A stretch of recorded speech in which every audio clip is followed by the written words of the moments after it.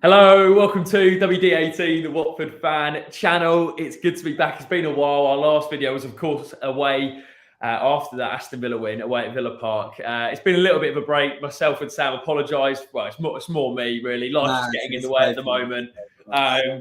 Been busy. A different setup today. I'm actually at work, so it's not the typical spare room background. To be honest, I was just saying to Sam, it looks like I'm playing at a gig or something like that. Funnily enough, Sam, I'm actually going to the Elton John gig in the summer. I don't know if you got tickets for that yet. Yeah. I'm going on the Sunday night, I think. My seats are on. It's going to be weird though, because obviously the pitch will be covered up, but my seats are on the pitch. If that makes sense. Okay. It's going to be weird, sort of having a view of the Vic from there. It'd be quite surreal, to be fair. I'm really excited for it. I wonder if we'll be signing a striker from it, and who stays at the club for 10 years and is a club captain. Those iconic goals. It's mental though, if you think about it, that concert went on to sign Troy Deeney. It's just crazy, isn't it? Mind-blowing, some of it, yeah. It's one of those stories that you could, not even to be cliche, you could genuinely make a movie about. Who would have thought, the honorary president of the football club and former chairman has a concert at the club stadium, and with that money signs a striker who then goes on to be one of the best strikers to ever play for the club and a club legend. Amazing. They should have added that. It was in Rocket Man a few years ago. They should have added in a little segment with Troy Deeney in there. It just would have made so much sense. Troy singing Rocket Man or Saturday Night's Rocket. Anyway, enough about with John chat. Even though I would talk about him all day. We're going to have to catch up after that Villa win. Obviously, it's been a long time since that win, and I mean, that was a great away day. I remember we came on after that win, Sam. You had lost your voice completely, and you were a couple of rows in front of me. Do you remember? Yeah. A couple of rows in front of you. My voice had gone completely, and I think it's fair to say that since that Villa win, it's been very Watford, hasn't it? We sort of came off the back of that Villa win buzzing. Did we lose 4-1 to Palace 3 days afterwards? Palace after it. Yep. Lost 4-1 to Palace. So after that really good Villa win, we then lost 4-1 to Palace, drew away to United, which was, I don't know how we managed to get a point out of that in the end. We then lost 3-2 to Arsenal, lost 4-0 to Wolves, and then we finished that five-game block with a 2-1 away win at Southampton, which, again, a great away day, and kind of nails the point under Hodgson that we are better away from home because our home record is so poor. But Sam, I reckon that's the best place to start today. Is basically maybe talking about what you've made of the last 5 games, because it has been 3 defeats, 1 draw and a win for Watford. And before that, the 2 weeks off, because obviously the Everton game had to be rearranged because of fixture congestion. We did finish with that Southampton win. So what have you learnt about this Watford team in that period? Or is it more of the same from what you expected? It's more of the same. As I said, it's just so Watford, so inconsistent. You genuinely have no idea what you're going to get, because we come off the back of a really sort of brilliant performance at Villa. I thought it was a really good performance. We were compact, solid at the back, scored a brilliant goal through Dennis. Everyone sort of got that buzz back under the lights of Vicarage Road against Palace. We lose 4-1. And everyone's now sort of back on that downer. We go to Old Trafford, sort of, not really up for it. And we managed to get a 0-0 draw. We're all buzzing after that. We follow that up with, I'd say, all right, I know it's defeat, but a sort of an encouraging defeat against Arsenal, where we were in the game for a lot of it, and Arsenal ultimately with a better side, and their quality really showed. And there's sort of expectations going into Wolves and Southampton after that. We get battered at Wolves. First game I've ever left early as well. In all my time supporting Watford, I left after 80 minutes, and then the win against Southampton. So I don't think I've learned anything new other than the fact that it's impossible to learn anything about this Watford side, because we just don't know what Watford side will turn up. And I think that's what's making the season so hard to predict. And I think ultimately that's what really could, put the nail in the coffin, I think, at the end of the season, the inconsistent side to this Watford team. Yeah, for sure. And the scary thing is, Sam, it's been the same under 3 different managers this season as well. And under Cisco, under Ranieri, under Hodgson, you're seeing the same performances where you get a bit of hope. For example, at the start of the season with that opening day win over Villa, you think, you know what, let's follow that up going into the next 4 or 5 games and really kickstart our Premier League return. We then fall away and put in that rubbish performance away at Leeds.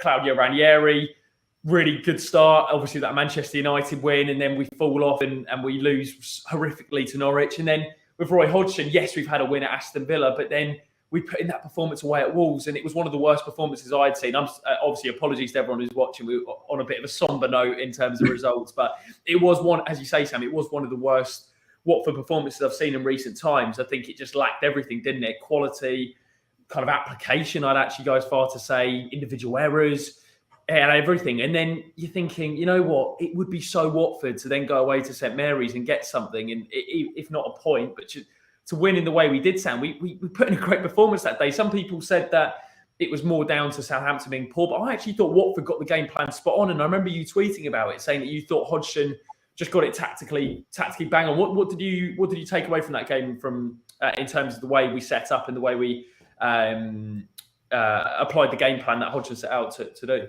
Yes, it's quite a while now thinking about it. It's quite annoying because before Southampton, I'd only missed Burnley away this season, and I didn't have a ticket to Southampton, but I said that if we'd have beaten Wolves or got a point, I would have gone to St Mary's, and we got battered. I go, no way, I'm going to St Mary's, and we won. We win 2-1. So that's just my luck. I mean, probably what fans will argue that I shouldn't be going to any more games this season if we're winning than when I'm not there. So, sorry to jump in there, Sam. I mean, I've just had a comment. Love the banana outfit, Sam. I know. I was the banana won't be making a return after Wolves, but I can say, thank you for all the kind comments. By the way, with the banana at Man United, it worked. Perhaps we got a couple. There's a group of us who've got a couple of ideas sort of lined up for Chelsea away on the last day. So keep an eye out for that one. That will be a good one. Can we get an exclusive? Not yet, because the plans are still, but there will be an exclusive. We can make it a video within itself, sort of previewing. Yeah, I love it. Chelsea away. But just going back to Southampton, I thought we started the game really strongly, really brightly. Culshaw and Sam scored 2 absolutely brilliant goals. I haven't heard enough mentioned about either of those goals. The tight angle from the first one, being able to sort of slot it in so calmly, followed by the second goal, which, I know it came off his shin, but still keep it down and control it. Fantastic ball from Juraj Kucka as well. I haven't seen enough of them. And we seem really in control. Ultimately, in typical Watford way, we don't make it easy for ourselves. And we have that defensive lapse at the end of the first half where who scored for them? I can't remember off the top of my head who scored for Southampton. Oh, my word. It's so long ago. Mate, carry on. I'll just double check. I think I just want to make sure I get it right. So obviously we switch off and Southampton score in second half. All right. I thought we looked pretty in control throughout the whole second half. No, Ward-Prowse had that free kick, and I think Foster was called into action a couple of times. But we looked so in control, and I think this again is what makes this season so frustrating in my eyes, because we can see what this Watford side are capable of. As Ray Lewington said last week on Hive Live, these players know that they can do it. They've seen they can do it. Yeah, I think a lot of it is down to how we start games as well. Because, for example, Wolves, we go 1-0 down after 5 minutes. We're 3 down after 15 minutes, and everyone's heads are gone. Whereas I think if we start the game well, perhaps start on the front foot, go 1-0 up, 2-0 up, etc., I think we always look pretty comfortable. And that's why I think this season has been so frustrating for me. Yeah, Elyounoussi was the goal scorer. And I have to admit, I remember turning around to my old man and thinking, like, this is going to be the same old story of Watford. Like, we're going to crumble. And that was actually what was the most pleasing thing for me. Of course, obviously the win, but actually the character to withstand another half away from home and actually look like we were dangerous on the counter-attack. I mean, Dennis got in loads of great positions, and it was probably one of the poorest performances I've seen from him in that respect, because normally he's so good in those areas. But whether it's the AFCON stuff, we don't really know. But it has been interesting how his form has dipped really since then. It hasn't been the same player. So I don't know whether there's anything in that, and we'll get onto the international chat later on in the video. Just go back onto that last 5 games. So obviously that big win against Southampton. Last game was 2.5 weeks ago, Sam. And I remember Roy Hodgson mentioning about obviously the fixtures changing and stuff, that he was really frustrated because ultimately it gave him less time to work on with the players on the training grounds. Kind of, Roy's job is to come in and get results instantly. That hasn't happened. So he's almost tactically building this team to games, if you know what I mean. It's not towards a certain philosophy. And the fact that we haven't had a game in 2 weeks means he's actually not really working towards anything apart from this Liverpool game, which I don't think anyone's expecting anything from. Obviously, it would be so Watford if we nabbed a draw again, like we did against United. But I think with Liverpool, I know we'll talk about it later on, but I describe it as it's damage limitation from minute 1. I think just don't get battered. That's all I'm saying. me. Do you think that's the approach from Hodgson? Because it feels like that suits us away from home, Sam, because we are, there's this it 100% comes into the mindset for me that if you're at home, you're supposed to be on the front foot and play a certain way. I don't think you can play just to survive at home, can you? No. I think it doesn't matter whether you're at the nicest stadium or the harshest fans, with the harshest fans. You know that fans are going to get on your back if you're just going to sit behind the ball with 25% possession at home to Southampton. But when you go away to Southampton, yes, we had a bit more of the ball, but the point is we were allowing them to have a lot of the ball. So do you feel it's an approach that really only works away from home, do you think, with this team? I think it's difficult because, as you say, when you're at home, you got sort of different expectations coming with everything, where fans really want you to be on the front foot. And I think back to Brighton at home, which I think was Roy and Ray's first home game back, and fans were quite surprised to see the way that we were sitting back, and quite frustrated with it as well. Because I feel like at home, you want to be entertained. You want to see Watford score goals in front of the Rookery, in front of the new Anne Swanson family stand as well. So it's so I think there's differing expectations home and away. But I think with this Watford side, what we've seen is we can't trust them defensively. And I think the first sort of building block of any victory that we might have throughout the remaining of the season is making sure we keep it tight at the back, or we have more games such as the Norwich game or the Wolves game where we get just torn apart by teams that I think we've shown that we can perhaps compete with. So while fans might not like it at home, I think it is the way forward for this Watford side. Yeah, sure. We'll get into the next few games actually, Sam. In terms, we're going to predict the outcome and where Watford will finish this season, which will be really interesting. I actually haven't spoken to Sam about where we'll finish this season. I mean, I'm not feeling particularly confident. Obviously, we'll get into it. Before we do that, guys, please, if you're watching live, leave a like. Follow myself and Sam on socials. You can see it at just below. Follow us on Twitter and Instagram at WD18 fans. Again, apologies for the delay on some of the videos and the content. We're going to be back and hopefully after the Liverpool game, which. You never know, Sam. I've got everything crossed that we'll go away and get something at Liverpool. But if we're being completely honest, our record there is absolutely horrific. I remember it was 2017-18. It was the season where Liverpool finished second. I think it was because they won the Champions League 18-19. Yeah, it was 17-18, and Salah scored a hat trick and put Miguel Britos on his backside, and I was like, man, jeez. Like I was trudging back through Liverpool with my dad, and we were just like. We could moan about the performance, but ultimately, like when a player's playing that well, you just can't do anything, can you? And that's my only worry for Saturday, Sam, is like if with the individual quality they have, whether it's Salah, Mane, Firmino, Diaz, and then you go into the midfield and defence, if they turn it on, we don't really stand a chance. That's no disrespect to this Watford team, but we just know how good this Liverpool team can be on its day. I think for me, though, that there's sort of two elements to this. And one is, you have to obviously, tip your hat to the quality of Liverpool. I love the job that Jurgen Klopp's done there. I love watching Liverpool. I think, if you're not enjoying watching Liverpool at the moment, then do you really enjoy watching football? So it's that's a good quote, actually. If you don't enjoy but I do feel like at times when we played Liverpool, particularly Ranieri's first game of the season, when we lost 5-0, I thought we made it too easy for them at times. People talk about that Salah wonder goal.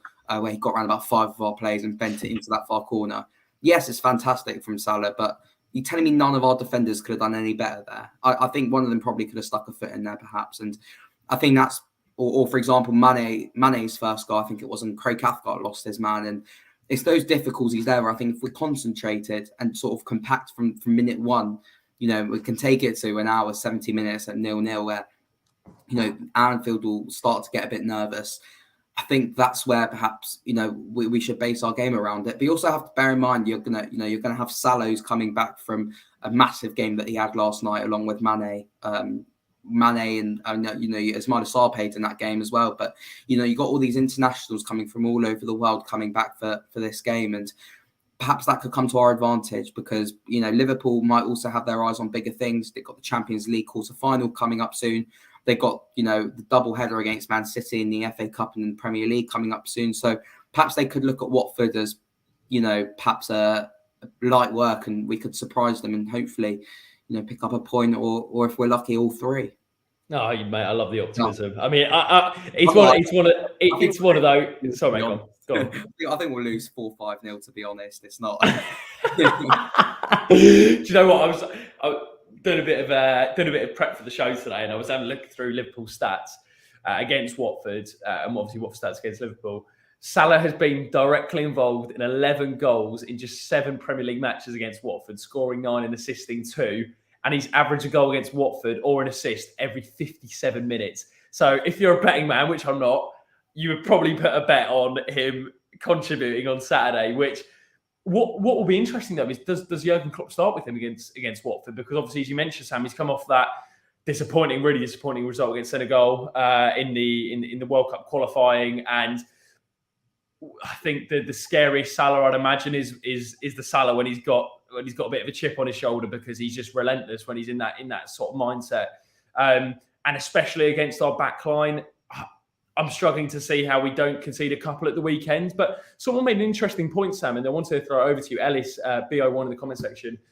I think escaping Anfield with a 2-3-0 loss isn't a bad thing, considering we always get hit for 5-6 there. What would you make of that comment? Definitely, and I think that would be encouraging. I remember it was Nigel Pearson. I think it was his first or second game in charge. Yeah, good performance. We went there, we lost 2-0, and I think we could have won it. I remember Ismaila Sarr missed a brilliant chance in that game. Yeah. And I remember Watford fans coming away from that. We were all really encouraged. We go, all right, we've lost, but there's certainly positives. I think this one might be slightly different, even if we come away with a 2 or 3-0 loss, because it's late in the day, and performances don't count for much now. It's points on the board. But I do think that, as I said, it's damage limitation. Our goal difference isn't great at the moment, and we can't let it get any worse. And I think it's sort of going to be, I don't hate the term parking the bus, but it's going to be staying as compact as possible and parking the bus from minute one if we can. Sure. And I guess the biggest question with all Watford fans watching this, Sam, is how do we hurt Liverpool? How can we get at them? You know, look, they're one of the best teams in Europe, let alone the world at the minute. So it's going to be so difficult, because I think they probably will progress. I predict them to win the Champions League, and I think City will still win the league personally. But I think Liverpool. I've gone the other way around. Have you? Okay. Liverpool to win the league, Man City to win the Champions League. Oh, okay. I'll tell you what, I reckon both fans would take that now if you offered it to them over your one. I reckon if you said to City fans, which one would you rather? I reckon they'd take the Champions League, and I reckon Liverpool fans would take the league. So it's an interesting one, that. But in terms of how to hurt them, though, I think one area that you have to look at is the fullbacks. And on one side, you've got Andy Robertson, who loves to get forward and coming back from international duty with Scotland. And on the other side, you're going to have probably Joe Gomez in there with Alexander-Arnold injured. And I think it'll be Joe Gomez's first game in there at right back in a long time. And while he might not like to get as far forward as Alexander-Arnold, I think if we can get our wingers at them, be it Dennis and Sarr, I know they're both coming back from international duty as well. Perhaps we can catch both of them out, and hopefully they're both having bad days, and we can get in behind Liverpool. But then you know we're relying on the fact that we're going to probably get maximum 2 chances the whole game, or 2 good chances max. And Ismaila Sarr missed his chance at Anfield a couple of years ago. He's going to have to be taking it at the weekend if we've got any chance of winning. Interesting. Let's have a look through your comments. Charlotte says, I went to Anfield in December 2006. I remember that Navy away kit, which was lovely. In that Premier League season, we put up a decent performance but lost 2-0. Fabulous stadium, great atmosphere. Still remember the experience. We've got another comment from Robbie. He says, as well as keeping the scoreline down, I think we need to hope for no injury suspensions. A very good point there. Really, really important going in to obviously the following 8 games of the Premier League season. Robbie also says Klopp won't go easy against Watford after we've embarrassed them twice at Vicarage Road over recent years. Of course, in 2015-16 with the 3-0 Igalo game, and then obviously in 1920 to stop their invincible run. There's another comment here saying, Roberto, interesting one here, Sam. You guys got to remember that Samir didn't play in the reverse fixture. He was solid versus Manchester United. Hopefully he bulldozes through Diaz. And I think that's one thing to say about Samir, Sam, is, you know, despite being in a leaky defence, and it's very difficult, I think, for any, you know, I think even if you put Virgil van Dijk in that back line, we will still be conceding goals, because ultimately it's not just one player in that back line, it's the whole team. And even just from defending at the front, our shape hasn't been good enough, and we haven't been tight enough in defensive positions. But one thing you would say, and from my point of view, I think Samir's been a good signing, to be fair. I think overall what he's brought to the team in terms of leadership qualities, but also defensive qualities, he's an upgrade on what we had. And I know that people say, oh, that's not particularly hard. But I do think he's brought a different element to this backline that we haven't seen before. What have you made of Samir? Definitely. And as much as people want to criticise sort of the Pozzos and the transfer strategy, I do think that following, it's probably too little too late, but the additions of Samir and Hasan Kabara, I think questions will be asked at the end of the season. If we'd had them the whole season, would things have been any different?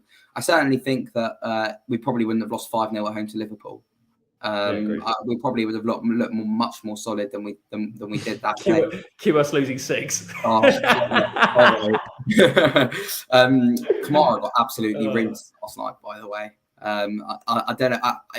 It didn't look like Kamara was playing 100%, so hopefully he's saving himself for Saturday's game. But definitely, I've been really impressed with Samir. I think there has been a couple of moments, particularly on his debut, where I was thinking, I'm not too sure on this guy. And I'm not 100% confident still with him with the ball at his feet. But overall, he's a very good defender. And in a Roy Hodgson side where you're going to be soaking up pressure, wanting your defenders to head the ball away. And, you know, he's a unit as well. He's strong. He's big. As I said, in a Roy Hodgson side, that's all you want from your centre halves. And I think one thing I would say, Sam, just to add to that, I completely agree with you, is, you know, if we are looking pessimistically that we are going to go down, one thing you would say is he'd be a great defender in the Championship. Definitely. You know, I think he improves Craig Cathcart as well. I think Cathcart's looking much better with him next to him. And it's a big difference, I guess, with a left-footed centre-back as well. Because we've been playing Cathcart and, you know, look, if you're a Premier League defender, I guess you should be able to play both sides. But the fine margins in the Premier League, I think you need a left-footed centre-back in, especially in the 2, let alone the 3. So I think that's been a real difference. Someone said, Nick Yates in the comment section, not grey sweater, the new uniform for Watford fans. This one isn't actually grey though, to be fair. This one's like a bit of a light green one as well. You've got more style than me, mate. We need to clarify, we are not sponsored by Nike on WD18. No, but Nike, if you want to sponsor us, feel free. We will take it. We will take Drop us a little line. Love it. Other man, you mentioned Sam, Hasan Kabara. Yeah. Played last night for Ivory Coast against England. Disappointing result for him. Obviously, an amazing experience getting to play at Wembley, and especially for the Ivory Coast as well. But I think he's become a bit of a fan's favourite, hasn't he? In a short period of time. Look, we're coming up to the start of April, so he's been at the club for 3 whole months now. And I haven't seen a player in a while become such a fan's favourite so quickly. I think because maybe we were going through a rough period, and he's one of those players that he does just leave it all out on the pitch. Even if he has a poor performance, you know that Hasan Kabara has always tried his best and always given everything for the club. But actually, the quality he's offered as well has been really strong. And I think I saw a stat from Lou Orns actually about Kamara. I'll just get it up quickly, Sam. But what have you made of him? Just while I have a little look for that. Yeah, I've really, I think he's been absolutely brilliant. A class act from his debut, I think, which was at Newcastle away. I think he's someone who, you know, regardless of the performances on the pitch, he engages with fans off the pitch. He has, you know, he interacts with fans on social media as well, and makes a big difference, doesn't it? Exactly. I'm just thinking back now. It came to my head when I know we were in lockdown, but I remember when Cisco Munoz would interact with fans on social media as well, and the difference that makes, because it makes fans sort of realise that, you know, they're one of us. They are human beings. They're in touch with everyone, and I really like that about Hasan Kabara. And obviously that's one thing, and I think he has backed it up with his performances on the pitch. I think away at Wolves he was really poor. But aside from that, I think he's been solid going forward as well. He offers an attacking outlet on the left-hand side. And I think he just looks like a class act. And being recalled to the Ivory Coast squad, I think as well, really, you know, reflects his performances in the Watford shirt.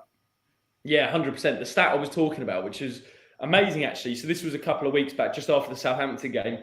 Lou Warren said, a good stat I heard on the Totally Football Show podcast.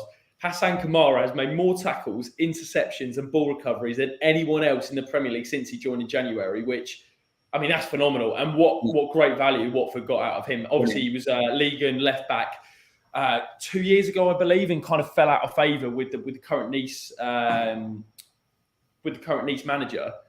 But, mate, what a signing. You know, credit where credit's due, because, look, I hold my hands up, like, you know, I think the hierarchy made mistakes in terms of recruitment. I think a number of Watford fans admit that. But one player that is a great bit of business is Hasan Kabara. My only qualm, I guess, is that I think if we go down, I think there'll be a number of clubs interested in him. You know, clubs like Brighton, Southampton, who are looking for a left back.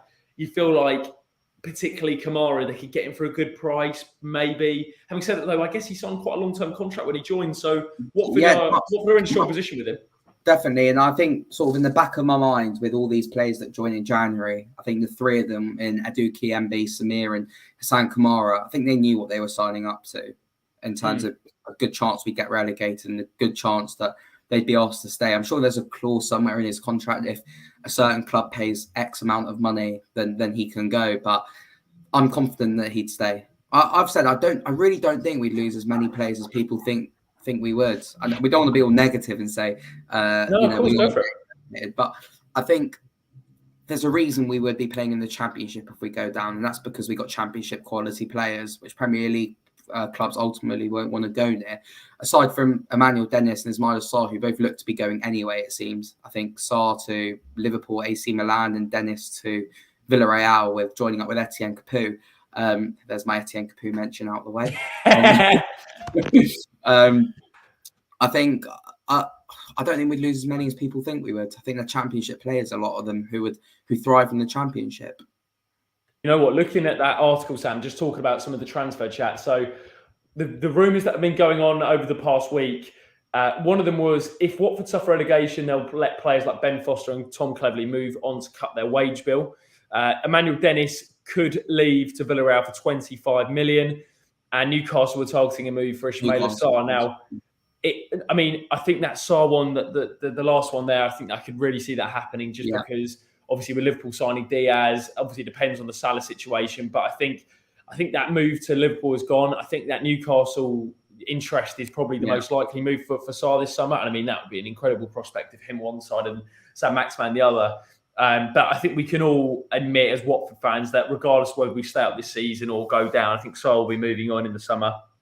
Then you go on to Emmanuel Dennis, Sam, which is an interesting one because obviously we signed him for around £4 million, which is, again, a great bit of business. And I think if you ask most fans, and let us know in the comment section, would you take 25 million for Emmanuel Dennis? Because again, similar situation to Sarr, that he will be moving on in the summer, most likely, regardless of the division we're in.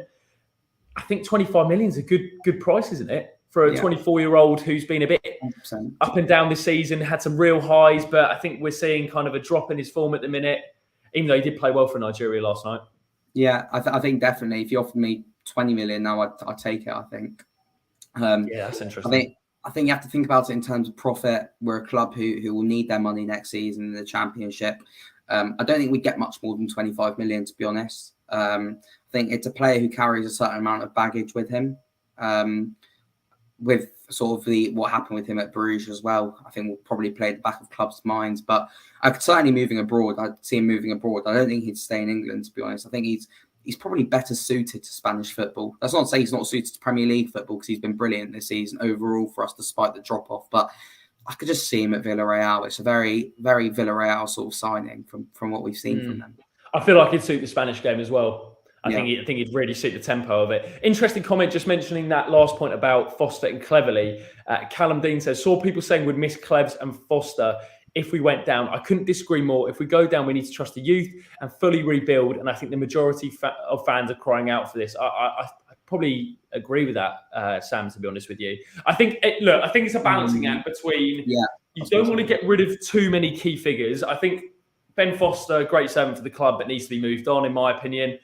With Tom Cleverley, I liken it similar to John Eustace when he left the football club. That was really difficult to replace because he was someone who just got the ethos of the football club. And whilst I think if we said to Cleverley, look, you wouldn't be one of the main starters, I think it would probably be worth keeping him on, because we have to remember, I remember the reports when we did go down the first time, he took a wage cut to stay at Watford. So this is a guy that deeply cares about the football club. And I think for the Championship level, I think he can still do a job, Tom Cleverley. I agree, Premier League his Premier League days are probably past him, Sam. But I think I'd keep Clevs and probably still get rid of Ben Foster. I agree with you. I said a few weeks ago to another Watford mate that I think I'd keep 2 out of the 3 between Foster, Cathcart and Cleverley for next season. I think Cathcart 100% is one to keep. Just between Cleverley and Foster, I think it's quite straightforward that you'd say Tom Cleverley. I think Ben Foster's been a good servant. People know my views on certain things with Ben Foster off the pitch. But I do think it's time to move on. And I think for him as well, he's hinted quite heavily as well that I think he sort of feels it's ready to move on as well, perhaps go out to America or #United or whatever he wants to do. I think, yeah, I think, no hard feelings towards Foster, but definitely I would move him on at the end of the season. But I think it's imperative to keep Clevs, because I have realised now, I think it was at Wolves away, I think I realised a lot of things, but I am a massive Tom Cleverley fan. I was always sort of blowing his trumpet when fans were sort of, even turning on him. And I was always saying, no, Tom Cleverley has to start. But I think I've realised now, I think he is out of his depth at this level. I think he's probably slightly past it. But it's a shame. It's not to say he's not a valuable member of the squad to have. I'd happily, if we're sort of closing out a game with 10 minutes to go, he's the sort of man you want to bring on and just chase the ball, inject energy into it. So Tom Cleverley, I would keep him, but probably not as a starter. Yeah, I agree, Sam. I think it's one of those where he's a valuable member of a Championship squad, but I think maybe a Premier League squad, maybe not so much, just because of the impact he can have. But we mentioned about, as Callum says, playing more of the youth and fully rebuild the team. But Peter offers a counterpoint saying, problem is, boys, Gino doesn't really use our youth side. He seems more interested in using Watford as a trading hub. This is what annoys me the most about our owners. We have too many older players. I think that last line's spot on in terms of, I think the average age needs to go down for next season if we're going to rebuild as a squad, Sam. But what do you make of Peter's comment there about Gino and the way he's running the club with that side of things? Well, the thing is, with this sort of thing, it's a really difficult one, because it's sort of work that when we've had. Basically, if you're going to invest in the youth side, it really starts from down at the bottom when you're investing in the under 8s and upwards, and you're developing these players to sort of play through. And you don't want to be putting in academy players for the sake of putting in academy players, because ultimately, we're a football club and we're there to win games. And we've seen some really, we've given academy players chances. Brandon Mason, who, all right, he looked okay, but now, he just signed for MK Dons after being a free agent for 6 months. That says it all. Andrew Eleftheriou, I'm not sure how to say it, but not sure what he's doing nowadays. I've seen the new lad at fullback signed a new contract, Morris, but he's, again, not from our academy. Neither is Joseph Humbo. So if we're going to be looking at the academy and sort of getting these Watford-bred players through, it starts from down at the bottom, and it'll take a few years for it to come through as well, because you can't take risks with these players, and we're there to win football matches. I guess one of the biggest things from my point of view, Sam, is in terms of the academy is, I think what Gino's recognised probably when he joined in 2012 with Scott Duxbury, that they looked at the academy and they thought, when was the last time maybe a player came through the academy all the way? I can think when he came in, Tommy Hoban and Sean Murray were the only two, and Jonathan Bond, obviously. Jonathan Bond. So they were the three guys that you looked at and went, like, they'd come through the academy. Tommy Hoban, for me, was probably the best shout of going through, only because with Bondi, it's difficult being a keeper coming through the academy. You've got really been shown a lot of faith. Sean Murray had too many injury problems, and so did Tommy Hoban, to be fair. But in terms of quality, I think Tommy Hoban was probably the one player I think I felt had a great chance of being a regular at Watford and being there a long time. And even I thought at one point would be club captain. I think it was that season in 2012-13 where he was absolutely brilliant under Zola. He loved him because he was a ball-playing centre-back who could drive out of a back three, and that's what Zola loved. But I think at that point, Gino recognised that the academy wasn't valuable enough for him, because he'd probably worked out that the likes of Jadon Sancho, Bukayo Saka, these guys who had been at Watford when they were in the youth days, I think Sancho's the one that stands out to everyone.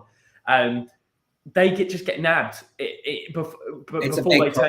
before they turn 16. So effectively, Watford were putting all these resources into a player that wasn't even going to go through the ranks. So I think he's probably recognised from a business decision.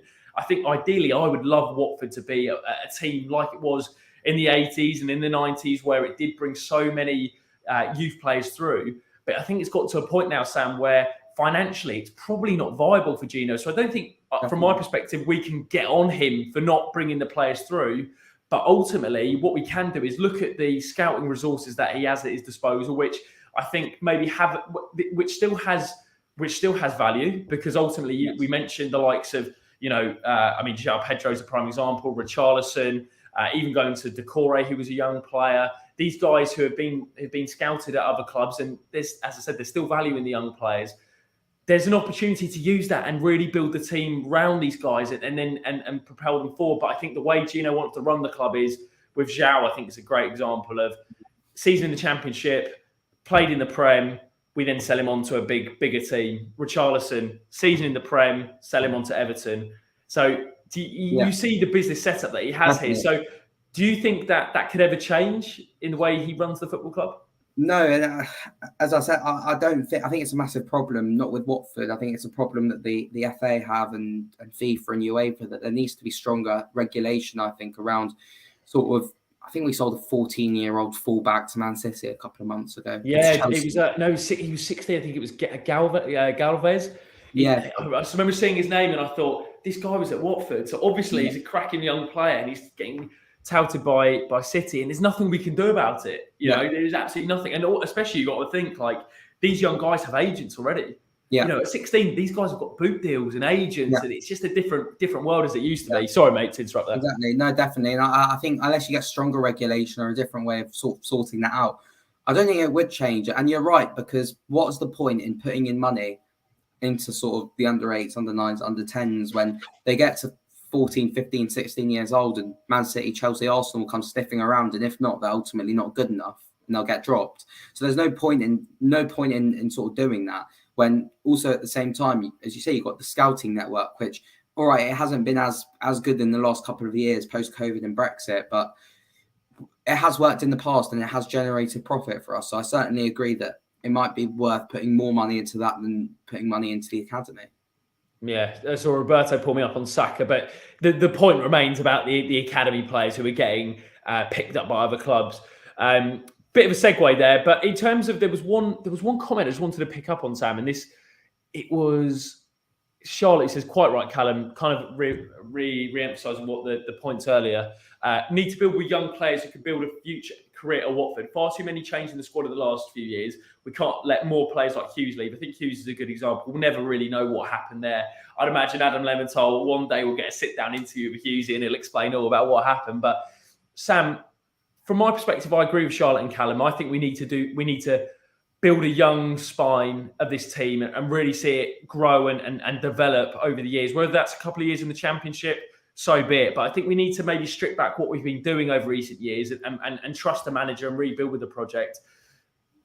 Could you see that actually happening, though? Because I think a lot of Watford fans are like me, thinking, and you, we want to see more young players come through. We love it. I mean, look how many people love João. This is a guy so raw, he's got so much ability, and he's been given an opportunity. And I'd love to see more examples of that. And yes, you need to blend it with experienced pros, but how good would that be that we watch a team of youth and energy and players that want to develop and want to learn under one manager and play a certain way? Could you actually see that happening, though? Because I'm not sure I could. I think that comes hand in hand with my favourite saying is having a project manager. Having a manager in there who can help them develop, help them, have a sort of distinguished style of play. Instead of bringing in, for example, we've had 3 managers this season with 3 contrasting styles of play. There's no way that any player can develop under that. Because one minute they're being told to play one way, the next they're being told to play another way. A winger's being told to track back on his full back, another manager saying stay on the halfway line.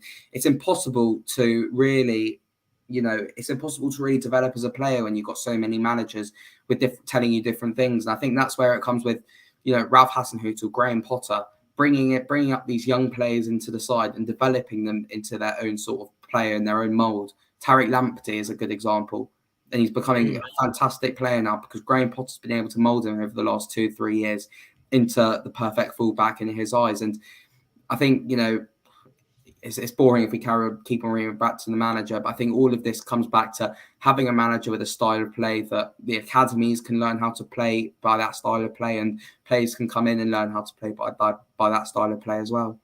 Yeah, I think you're absolutely bang on, Sam. I just don't know if I could see it. I think when you take out the academy situation that Gino and the club have probably assessed and gone, it's not worth, as we mentioned, it's probably not financially viable. And you look at Brentford, for example, who completely scrapped it. They scrapped their academy and went to a B team, which I could see us doing in the next few years. I don't know. I just think maybe, and I'm not saying copy and paste what Brentford have done, not at all, but I do really like what they've done in terms of, I felt Watford were one step ahead in terms of recruitment. And yes, we've got some right, but we've got plenty wrong as well. So I think it may be a case of stripping back our recruitment, seeing which direction we want to go in. Do we want to go for younger players, which I'd prefer to us to do, or do we go for the more experienced route, which hasn't really worked over the past couple of years? It might work in the Championship, but I think we can all agree in the Premier League, it's been hit and miss. And on big contracts as well, which has been a big thing, Sam. A lot of these guys, and we'll get into it probably at the end of the season when we've got a bit more time. But that's kind of a take on some of your guys' comments. Roberto, thank you so much for the kind words, mate. Top stream as always. Please do leave a like, guys, if you're enjoying it, and we'll be back for some more content. Moving on to more current affairs, Sam. Do you think with Everton at home, Leeds at home, Brentford at home, and Burnley at home, the odds are in our favour? 4 teams in and around us in that relegation battle. To put it bluntly, no. I think, we've won 2 games at home all season. I think it's 2, Man United and Villa game. And I can't see that turning around anytime soon, to be honest, because people will go, yes, they're winnable. So was Norwich at home. We got absolutely played off the park that day. I'd say so was Brighton at home. They were getting a bad run of form. Wolves at the start of the season hadn't scored away from home yet or won a game yet, and we got played off the park. So to be honest, no, I don't think so. I think one thing I would say is that Everton game was meant to be the week after the Southampton game, but Everton progressed in the cup. I think the players would have been licking their lips at having Everton at home straight after that away game at Southampton and that win, and sort of having that 2-week break and then going to Liverpool where we'll probably lose, probably won't, help with the confidence. They're 5 massive home games. I'll chuck Leicester in there as well because they're beatable. We've seen that they're having an inconsistent season, and it'll be good to get one over Brendan Rodgers, but I can't see us turning it around, if I'm honest. Yeah, I think Roberto's right in the sense that those are the games, I guess, that are going to define our season. It'll have to be 5 out of 5. I don't think we can drop another point at home if we've got any chance of staying up. Genuinely. So how many points do you think we need out of the next 9 then to stay up? We're on 22 at the minute with 9 games left. I think we need 36 to stay up. 36. Yeah, I thought it'd be around the 35, 36 mark as well. I honestly believe I'd feel a lot more confident if those 4 games are away. Yeah. Think at home, our home form. Ray Lewington mentioned it, didn't he, the other day on the Hive Live? He said our home form has been dreadful. Yeah. And it's a fact that over this season it's been not good enough. So poor. I think the only, the Villa win, United win. Can't think of any other big wins on the top of my head at home. Everton was 5-2 away. No, I mean at home. At home, yeah. Away, I could think of Villa, Southampton, Everton, etc. But at home, I'm really struggling. So I think it is. How much do we read into that factor, Sam? Because I genuinely think if Roberto put that comment with all the teams with A next to them, I would say the odds are in our favour. I'm not even joking. I think we could potentially get 3 wins and a draw out of them. Yeah, definitely. And I just think, and it doesn't help as well the fact that our away games, 3 of those 4 last away games that we got. All right, we've got Palace as well, who are difficult to go to. Then we also have to go to Chelsea, City, and Liverpool. So it's really resting on these home games, and I just don't think we've seen enough this season. I'm not sure we're going to be predicting the last 9 games, aren't we? We'll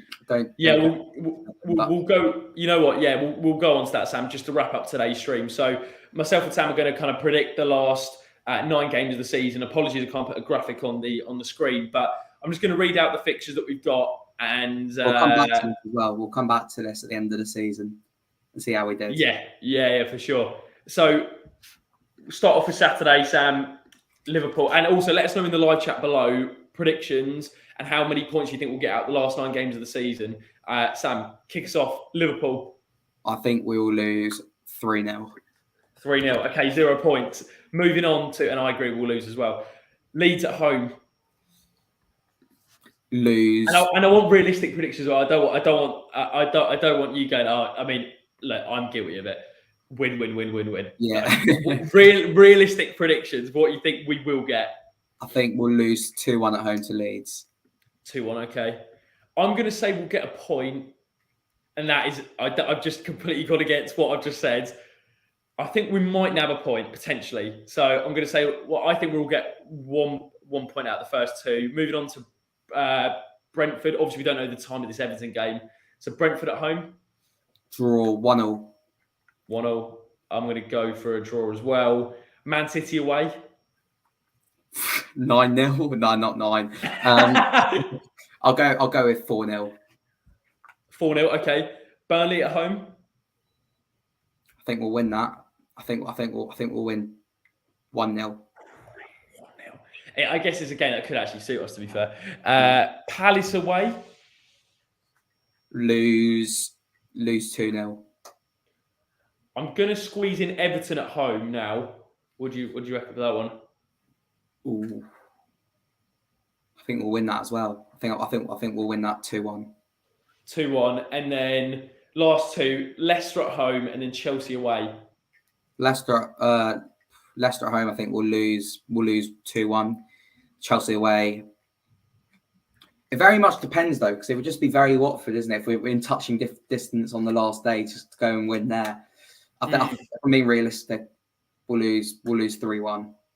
So in total, how many points are we calling that out, Sam? So you said lose to Liverpool, lose. Did you say point against Leeds, or you said? No, you I think we lose to Leeds. We'll lose to Leeds. Lose to Leeds. You thought we'd get a point against Brentford. Yeah.